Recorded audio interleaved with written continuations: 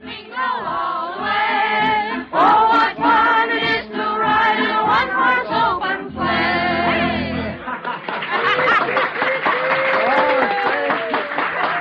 That was swell. That really was, kids. Now, you really did sing at that time. When we go on the air, I want you to do it just like that, will you? Joe, what do you mean when we go on the air? What? We're on now. Yeah, we're what? We're on, Joe. Well, don't stand there, Bob Murphy. Do something. Ring the sleigh bell, somebody. That's it. Yes, it's the Quiz Kids Christmas party, friends, coming to you this afternoon from the living room of Joe Kelly's home. There's no formal schoolroom atmosphere here. Instead, it's a typical picture for this season of the year. A group of happy youngsters gathered around a glittering Christmas tree and vainly trying to maintain some semblance of order is our host, the chief quizzer himself, Joe Kelly.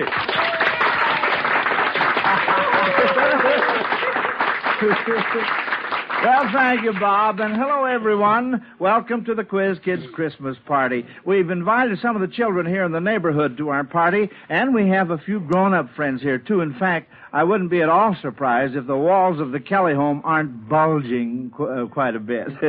But I agree with the youngsters. When it comes to a party, the more the merrier. You know, the children in our Quiz Kids classroom last Sunday offered to come out and help Mrs. Kelly and me trim our Christmas tree. So I took them up on the offer, and, well, kids, I want to say right now, you've done a wonderful job. The tree looks beautiful.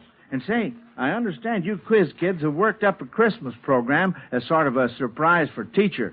Now, I don't know what kind of a program it is, but I certainly am anxious to hear it. And I know all our friends out there listening are, too. But first, just to keep in practice, let's have a few questions.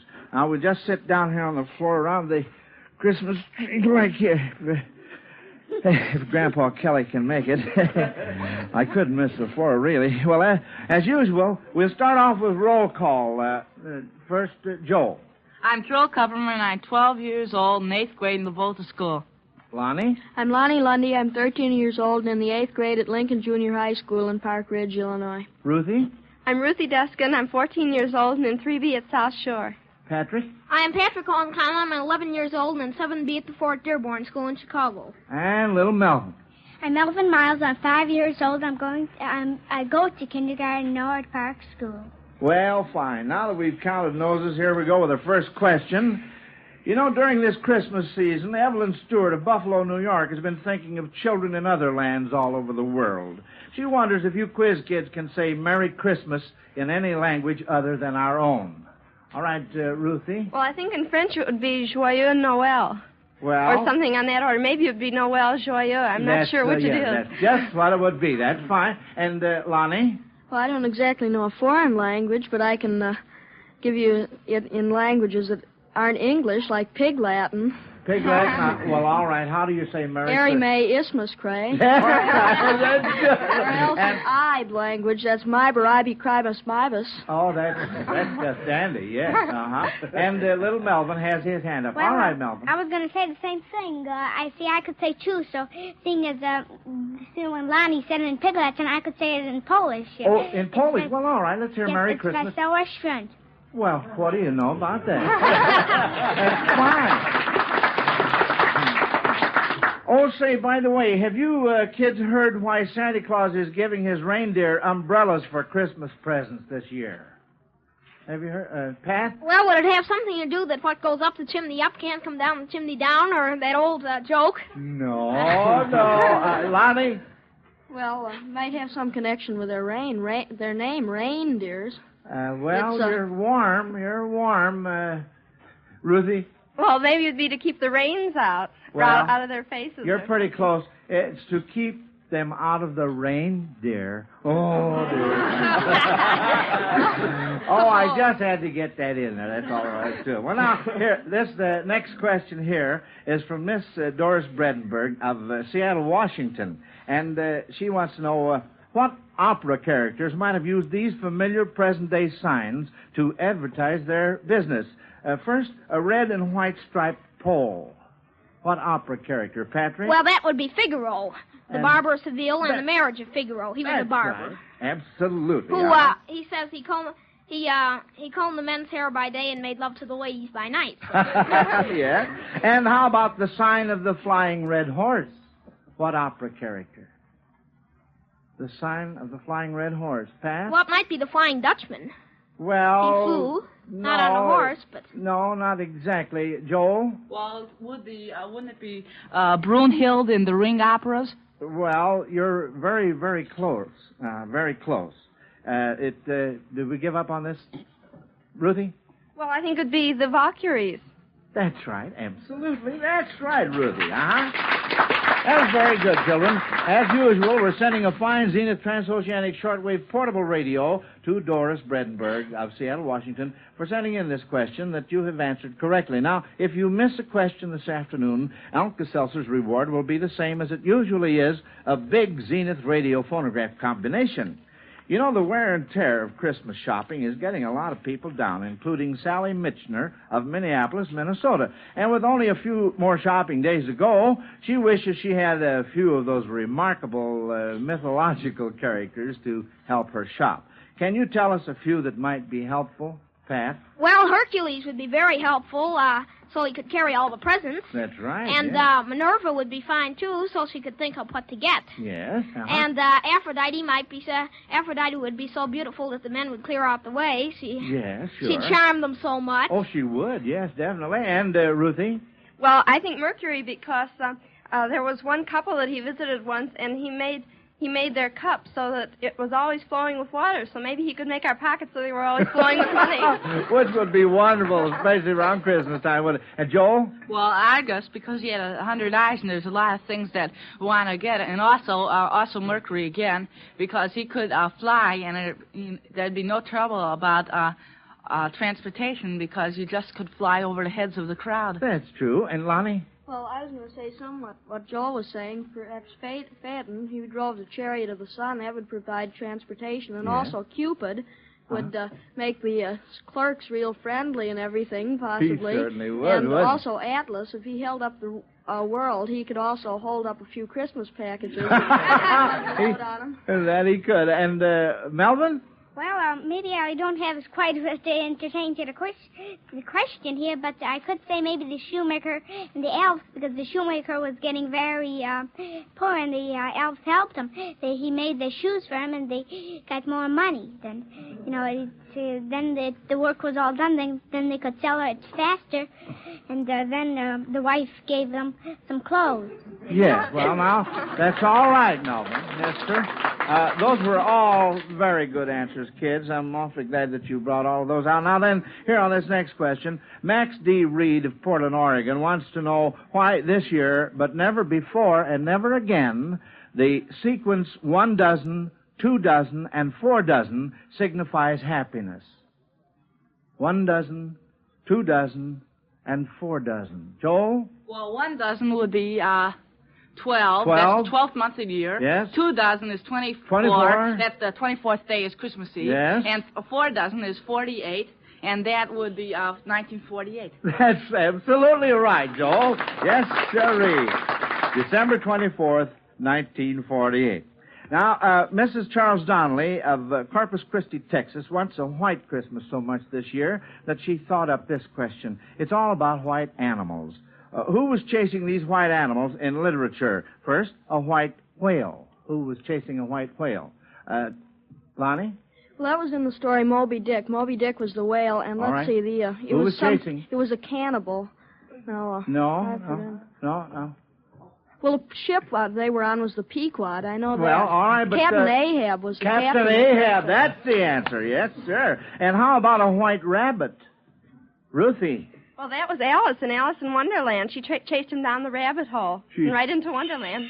She certainly did. Oh, say, listen to that, would you?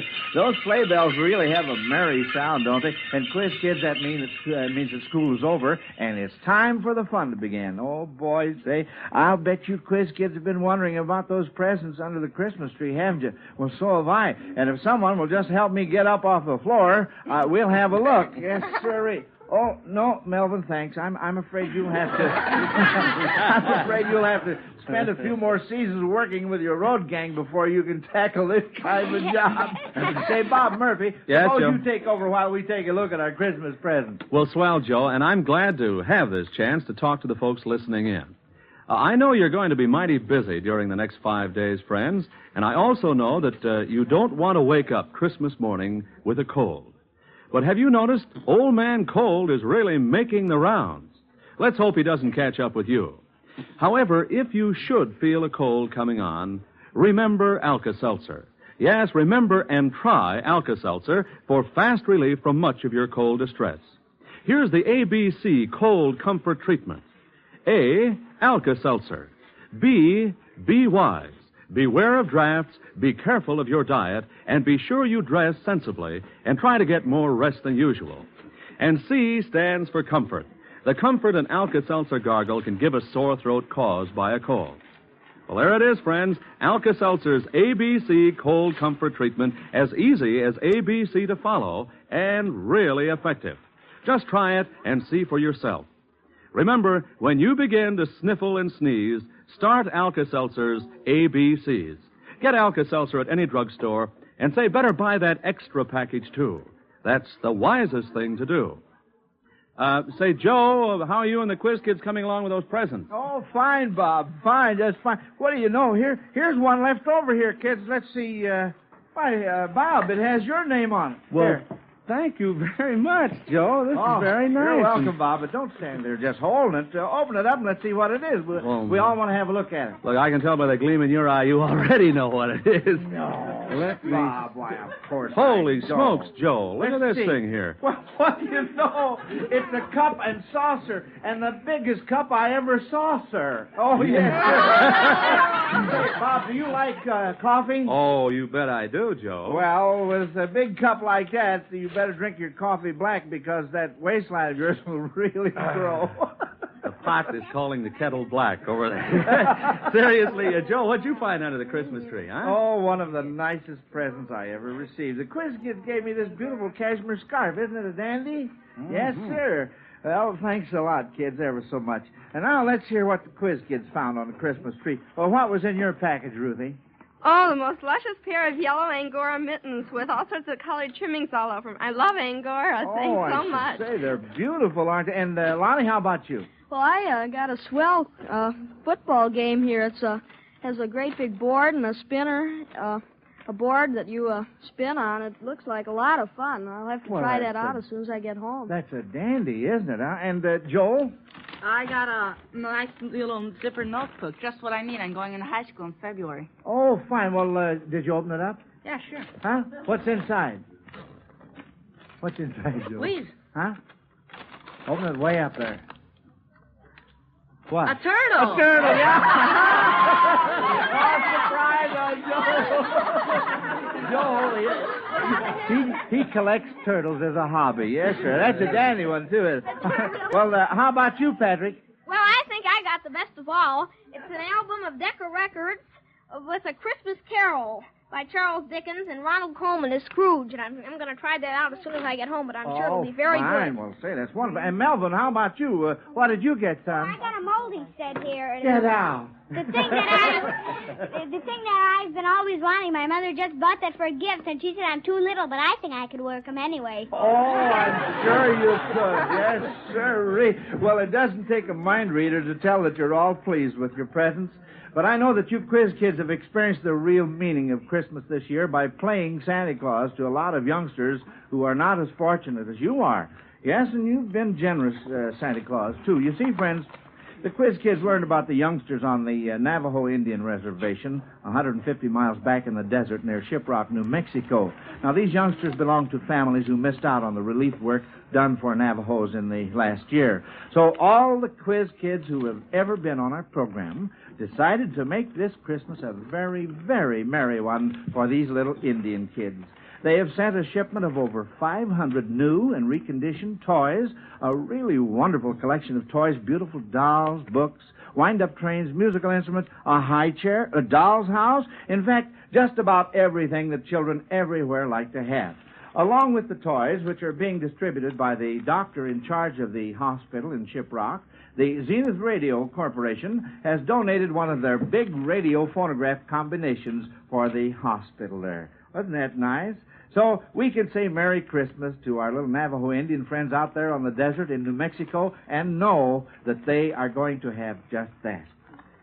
Now then, Quiz Kids, I think I've waited long enough for this surprise present you have for me, this program you've planned.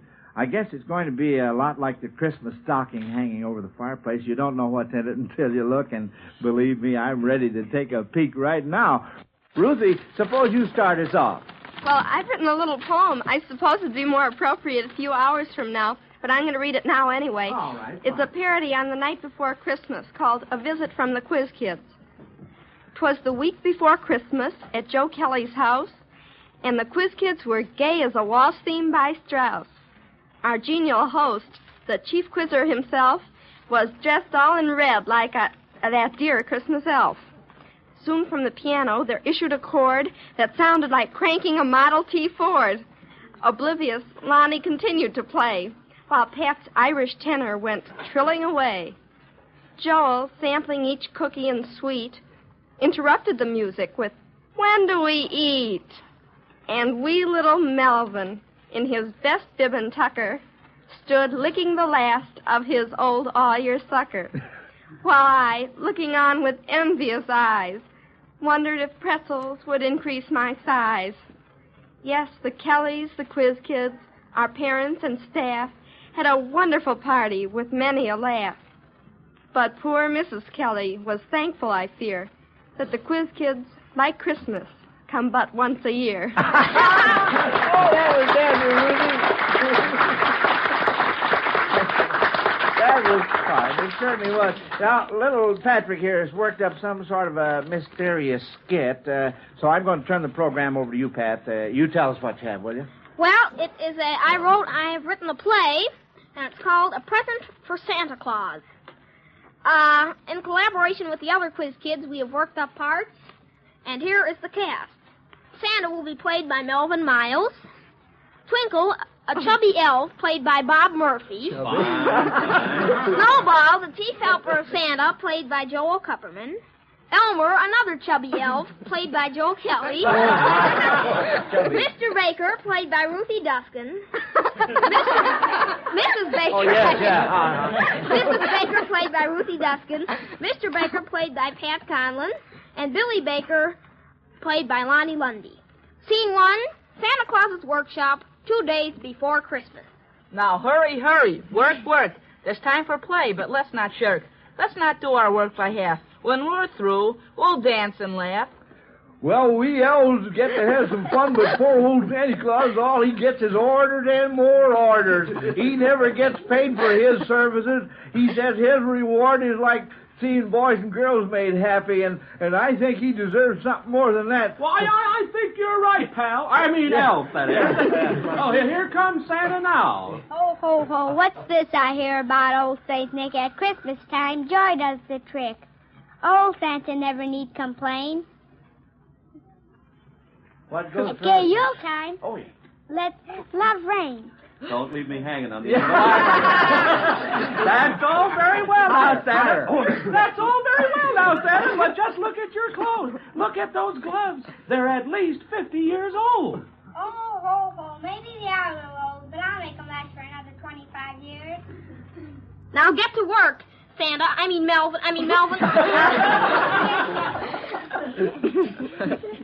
Melvin, you're supposed to say, now get to work. Well, now let's get to work. We have all things to do, you know, now. Scene 2, the same evening in the living room of the Baker home. Enter Mr. Baker. Anybody home? Dinner will be ready in a minute, dear. Oh, hello, Dad. Say, I wanted to ask you if I could have some more money to buy another Christmas present. Why, you've already borrowed quite a little over your usual allowance, Billy. I thought you'd bought all your presents. Well, not exactly. You see, well, I wanted to buy a present for Santa. What? A present for Santa? Well, now that's just silly. He doesn't get presents, he gives them. Well, I know, but gosh, I had an awfully funny dream last night, and I want to get Santa a pair of gloves. Please, let me have the money. I'll pay you back. Honest, I will. Oh, all right. Now run along and wash your hands before dinner. A present for Santa. Indeed. What are you mumbling about? Billy wants to buy a pair of gloves for Santa. Imagine that. Scene 3. The Baker living room, late Christmas Eve. Santa steps down the chimney accompanied by Snowball. Oh, this is a pleasant room here. Now, let's see. Now, this here is, the baker's living room. All right. All right, Snowball, pull out the baker's dozen. Ha, ha, ha. Santa, how can you still joke after all the hard work you've done tonight? I'm worried about you. Really, I am. Oh, dear, oh, dear. Oh, wish we'll get that work done quick. Why, look at this. A pair of gloves for Santa from Billy Baker? Why, some people are worried about the younger generation. I'm worried about the older generation. Now it's the next morning in the Baker home. Mr. and Mrs. Baker are picking up the gay wrappings left from the gifts. Billy did seem to enjoy his gifts, didn't he? Where is he now? Oh, he's getting all slicked up for church. He didn't seem to mind about Santa not taking those gloves. Oh, that was clever of you, dear, letting him put them here for Santa. Why, they're right here by the fireplace and... Well, I'll be switched. Look at these old moth-eaten gloves. Full of holes. Where did they come from? Why, I suppose Billy's playing a trick on us. But look at the size of them. Where did they come from? And look, am I seeing things? In the fireplace, in the ashes, footprints. A huge one and a tiny one going into the fireplace. This is ridiculous. We know all about Santa Claus. I'm not so sure of what I know. Those footprints. I don't understand it. Say, I don't know. Maybe you're right. What if Billy is right? Maybe what all the world needs is the perfect faith of a child.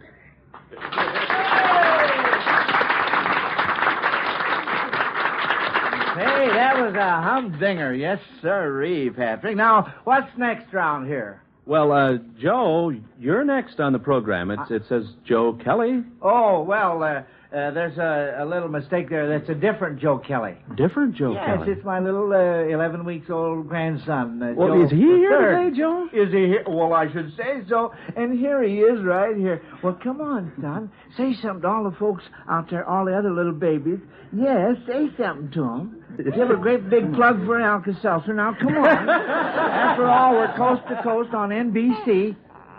I knew he was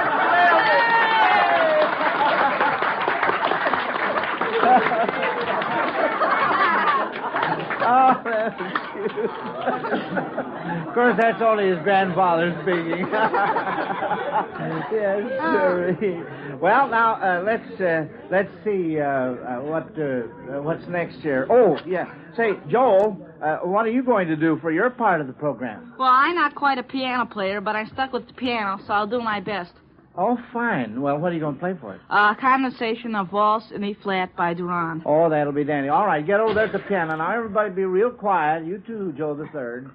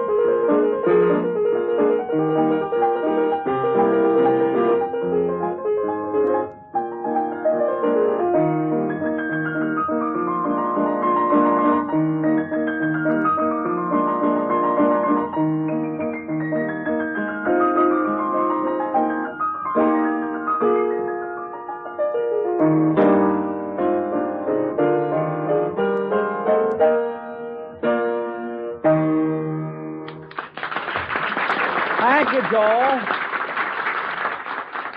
That was mighty fine. Now, Melvin, I wonder if you will tell us in your own words the story of the first Christmas. Would you do that for me? Sure, I will. I'd be glad to. Right. Once Joseph and Mary were traveling to a little town called Bethlehem.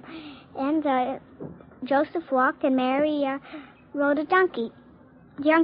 So Mary became pretty tired by that time. And so Joseph tried one hotel and another, but none of them had no room. And it was the same thing went on and on until finally they came to the last one, and the man said, I have no room for you in this here hotel, but you can sleep in my stable. So they went. They were very glad to find a place to sleep, and they went. So Joseph made a nice bed out of straw for Mary, and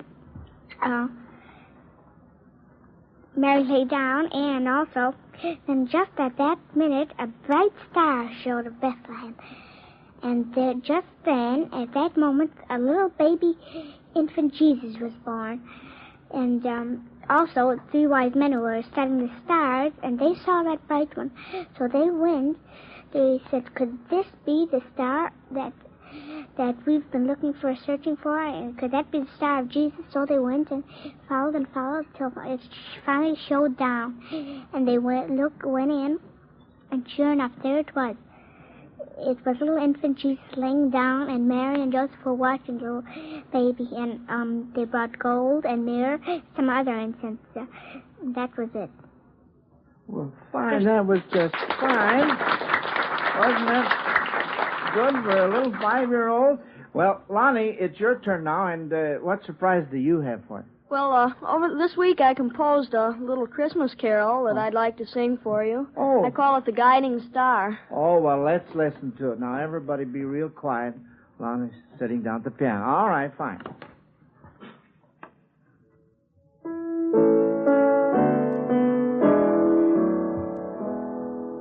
The brilliant star of Bethlehem shone on that holy day, and guided wise men to the spot where the tiny baby lay.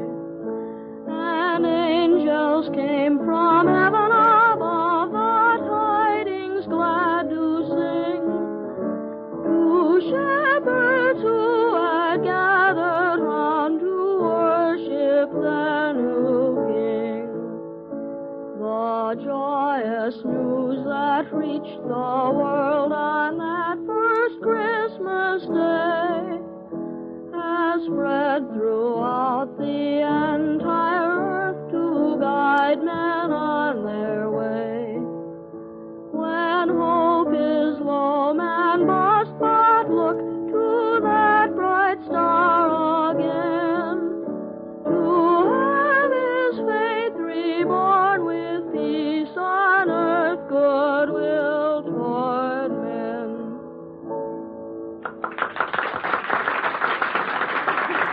Thank you, Lonnie. That was fine. I'm so proud of all of you kids.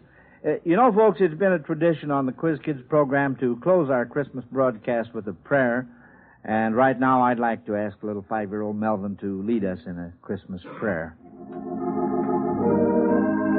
Dear God, we thank you for everything you have given us. And please take care of all the sick and hungry people all over the world. And dear God, please especially take care of the orphans, because they have no mother and daddy like we have. So dear God, will you please take care of them?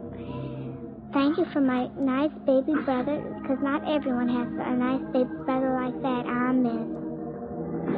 Well, thank you, Melvin. That was a beautiful prayer and a perfect ending for our Christmas program. And I want to thank all you quiz kids for making it such a fine program. The Miles Laboratories, makers of Alka-Seltzer and One-A-Day brand vitamins, want to extend the best wishes of the season to you and yours. May you enjoy a very happy Christmas. Today's Quiz Kids program came to you from the living room of Joe Kelly's home in Chicago. This is Bob Murphy speaking.